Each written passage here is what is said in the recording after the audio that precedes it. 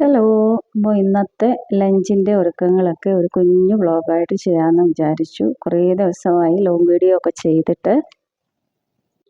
ഇത് ഈദിൻ്റെ അന്നെടുത്ത വീഡിയോ ആണ് കേട്ടോ. അപ്പോൾ ഇന്ന് മീനൊന്നും വന്നിട്ടില്ല. അപ്പോൾ ഇന്നലത്തെ മീൻകറിയൊക്കെ ഇരിപ്പുണ്ടായിരുന്നു. രാത്രിയിൽ തിളച്ച് വെക്കുന്ന പരിപാടിയൊക്കെ ഇപ്പോൾ കുറച്ച് ദിവസമായിട്ട് ഗ്യാസിൻ്റെ ക്ഷാമം മൂലം നിർത്തി വെച്ചിരിക്കുകയാണ്. അപ്പോൾ അതൊന്ന് ചൂടാക്കാനായിട്ട് തിളപ്പിക്കാനായിട്ട് ഒരു മൺചട്ടിയിലേക്ക് ഒഴിച്ചു കൊടുത്തതാണ്. പിന്നെ കുറച്ച് കൂർക്ക മെഴുക്ക് പുരട്ടി വെക്കാമെന്ന് വിചാരിച്ചു. അത് ചെറിയ കഷ്ണങ്ങളാക്കി അരിഞ്ഞെടുത്തിട്ടുണ്ടായിരുന്നു. കൂട്ടത്തിൽ തന്നെ സവാളയും അരിഞ്ഞെടുത്തിട്ടുണ്ടായിരുന്നു. ഇതെല്ലാം കൂടെ ഒരു കുക്കറിലിട്ട് കുറച്ച് മഞ്ഞൾപ്പൊടിയും ഉപ്പും മുളക് പൊടിയും ഒക്കെ ചേർത്ത് ലേശം വെള്ളമൊക്കെ ഒഴിച്ച് ഒന്ന് വിസിലടുപ്പിക്കാമെന്ന് വിചാരിച്ചു. ഞാനൊന്ന് വിസിലടുപ്പിച്ചിട്ടാണ് കൂർക്ക മെഴുക്ക് പുരട്ടി വെക്കുന്നത്. മെഴുക്ക് പുരട്ടി ഉണ്ടാക്കാനാണ് കേട്ടോ. ഈ എടുത്ത ഇത്രയും വെള്ളമൊന്നും ഇതിൽ ചേർക്കുന്നില്ല. വളരെ കുറച്ച് വെള്ളം മാത്രമേ ചേർക്കുന്നുള്ളൂ. എല്ലാം കൂടെ കുക്കറിലേക്ക് ആക്കിയിട്ട് അടച്ചു കൊടുക്കുന്നുണ്ട്. ഇൻഡക്ഷൻ കുക്കറാണ് ഇപ്പോൾ കൂടുതൽ ഉപയോഗിക്കുന്നത്. അതുകൊണ്ട് തന്നെ കുറച്ച് അധികമായിട്ട് കറണ്ട് ബില്ല് ഇത്തവണ വന്നിട്ടുണ്ടായിരുന്നു. അപ്പോൾ ഇൻഡക്ഷൻ കുക്കറിലേക്ക് വെച്ച് ഓൺ ചെയ്ത് കൊടുത്തിട്ടുണ്ട്. ഒറ്റ വിസിലടിക്കുന്നത് വരെ മാത്രമേ വേവിക്കത്തുള്ളൂ കേട്ടോ. പിന്നെ കുറച്ച് തോരൻ ഇരുന്നതാണ്. ഇന്നലത്തെ തോരനാണ് കേട്ടോ. ഇന്നലെ രാത്രിയിൽ ചപ്പാത്തി ആയിരുന്നുകൊണ്ട് തന്നെ അധികം ആരും കഴിച്ചില്ല. അപ്പോൾ ഇത് ഞാൻ ഇഡ്ഡലി പാത്രത്തിൻ്റെ തട്ടിൽ വെച്ചാണ് ആവി കയറ്റി എടുക്കാനായിട്ട് പോകുന്നത്.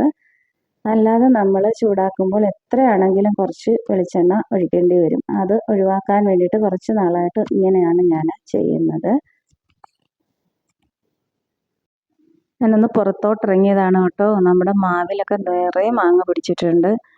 കുറച്ച് വർഷം മുമ്പേ കായ്ക്കാനായിട്ട് തുടങ്ങിയതാണെങ്കിൽ ഇത്തവണ കുറച്ചധികം മാങ്ങ പിടിച്ചിട്ടുണ്ട്. നിങ്ങൾക്ക് കാണാൻ പറ്റുമോ എന്ന് എനിക്കറിയില്ല. അതുപോലെ നമ്മുടെ ഇരുമ്പൻ പുളിയിൽ നിറയെ പുളി പിടിച്ച് കിടപ്പുണ്ട്. എല്ലാ തവണയും പിടിക്കുമെങ്കിലും ഇന്ന് വളരെയധികം ഇപ്രാവശ്യം പിടിച്ചിട്ടുണ്ട്. മീൻകറിയിലും മീൻ തോരനിലും ഒക്കെ ഇടാനായിട്ട് സൂപ്പർ സാധനമാണ് കേട്ടോ. ഇത് തനിയെ തോരൻ വെച്ച് കഴിക്കാനും സൂപ്പറാണ്. ഇരുമ്പുളി തന്നെ വെച്ചാൽ നല്ല ടേസ്റ്റാണ്. ചോറ് കഴിക്കാൻ വേറൊന്നും വേണ്ട. ഈ കാണുന്ന പോലെ ഒന്നും അല്ല കേട്ടോ, നിറയെ പിടിച്ചിട്ടുണ്ട്. അതുപോലെ നമ്മുടെ കടപ്പളാവും ഇപ്രാവശ്യം കായ്ച്ചിട്ടുണ്ട്. ആദ്യമായിട്ട് കായ്ക്കുകയാണ് കേട്ടോ. അതിൽ നിറയെ ചക്കയുണ്ട്. പക്ഷെ കാണാൻ പറ്റുമോ എന്ന് അറിയത്തില്ല. ഞാൻ മുറ്റത്തിറങ്ങിയപ്പോൾ നല്ല വെയിലായിരുന്നു. അത് കാരണം എനിക്കൊന്നും കാണാൻ പറ്റുന്നുണ്ടായിരുന്നില്ല ക്യാമറയിലൂടെ നോക്കിയപ്പോൾ. ഇവിടെയൊക്കെ ഇതിന് ശീമപ്ലാവെന്ന് പറയും. ഓരോ സ്ഥലത്തും ഓരോ പേരായിരിക്കും പറയുക. നമ്മുടെ തോരനൊക്കെ നന്നായിട്ട് ചൂടായിട്ടുണ്ട്. എണ്ണയൊന്നും അധികം ഉപയോഗിക്കാൻ പാടില്ലാത്തവർ ഇങ്ങനെയൊക്കെ കറികളൊക്കെ ചൂടാക്കി എടുക്കുകയാണെങ്കിൽ നന്നായിരിക്കും. ഞാൻ മെഴുക്ക് പുരട്ടി ഉണ്ടാക്കുന്നത് ഇങ്ങനെ തന്നെയാണ് കേട്ടോ. ആവി കയറ്റാനായിട്ട് ഇഡ്ഡലി പാത്രത്തിൻ്റെ തട്ടിൽ വെച്ചിട്ട് ആവി കയറ്റിയതിന് ശേഷം പിന്നീട് എണ്ണയിലിട്ട് എടുക്കുകയാണ് ചെയ്യുന്നത്. അപ്പോൾ എണ്ണയുടെ ഉപയോഗം കുറച്ച് മതി. പെട്ടെന്ന് തന്നെ വെന്ത് കിട്ടുകയും ചെയ്യും. അങ്ങനെ തോരന് ചൂടായിട്ടുണ്ട്. നമ്മുടെ മെഴുക്ക് പുരട്ടിക്കുള്ള കൂർക്ക നന്നായിട്ട് വെന്തിട്ടുണ്ട്. ഇനി ഒരു ഫ്രൈ പാൻ ഇൻഡക്ഷൻ കുക്കറിലേക്ക് വെച്ച് കൊടുക്കുന്നുണ്ട്. ഇപ്പോൾ കുറേ ദിവസമായിട്ട് ഇത് തന്നെയാണ് ആശ്രയം. ഗ്യാസിന് ബുക്ക് ചെയ്തൊക്കെ ഇട്ടിട്ടുണ്ട്. ബുക്കിങ്ങൊക്കെ ആയി കിടക്കുകയാണ്. ലോഡ് വരുന്നില്ല എന്നാണ് അവർ പറയുന്നത്. അപ്പം നേരത്തെ ബുക്ക് ചെയ്ത ആളുകൾക്കാണ് ഇപ്പോൾ കൊടുക്കുന്നത്. അതുകൊണ്ട് ഇതുവരെ നമുക്ക് കിട്ടിയിട്ടില്ല. അത്യാവശ്യം ഉപയോഗിക്കാനുള്ള ഗ്യാസ് ഉണ്ട്. എന്നാലും നമ്മളത് സൂക്ഷിച്ചാണ് എടുക്കുന്നത്.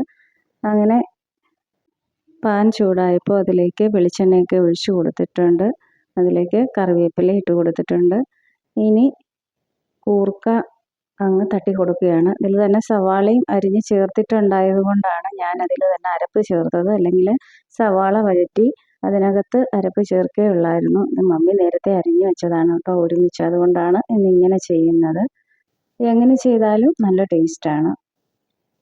വിസിൽ അടുപ്പിച്ചെടുത്തത് കൊണ്ട് തന്നെ നന്നായിട്ട് വെന്തിട്ടും ഉണ്ടായിരുന്നു. അങ്ങനെ നമ്മുടെ കൂർക്ക മെഴുക്ക് പുരട്ടി വളരെ പെട്ടെന്ന് തന്നെ റെഡിയായിട്ടുണ്ട്. ഇനി ഞാൻ കുറച്ച് തക്കാളി രസം കൂടെ ഉണ്ടാക്കിയിട്ടുണ്ടായിരുന്നു. തക്കാളി രസമൊക്കെ പുറത്ത് അടുപ്പിൽ കൊണ്ടുപോയിട്ടാണ് ചെയ്തത്. മൺചട്ടിയിലാണ് ചെയ്തത്. അപ്പോൾ പിന്നെ പുറത്തൊരു അടുപ്പുണ്ട്. അതിലേക്ക് മീൻകറി തക്കാളി രസമൊക്കെ അതേ തന്നെ ചെയ്തു. പിന്നെ കുറച്ച് ചമ്മന്തി അരച്ചത് ഇരിപ്പുണ്ടായിരുന്നു. ഞാൻ കൂർക്ക മെഴുക്ക് പുരട്ടിയൊക്കെ ഒരു പാത്രത്തിലേക്ക് അങ്ങ് മാറ്റുകയാണ്. അപ്പോൾ ഇന്നത്തെ പണികളെല്ലാം കഴിഞ്ഞു.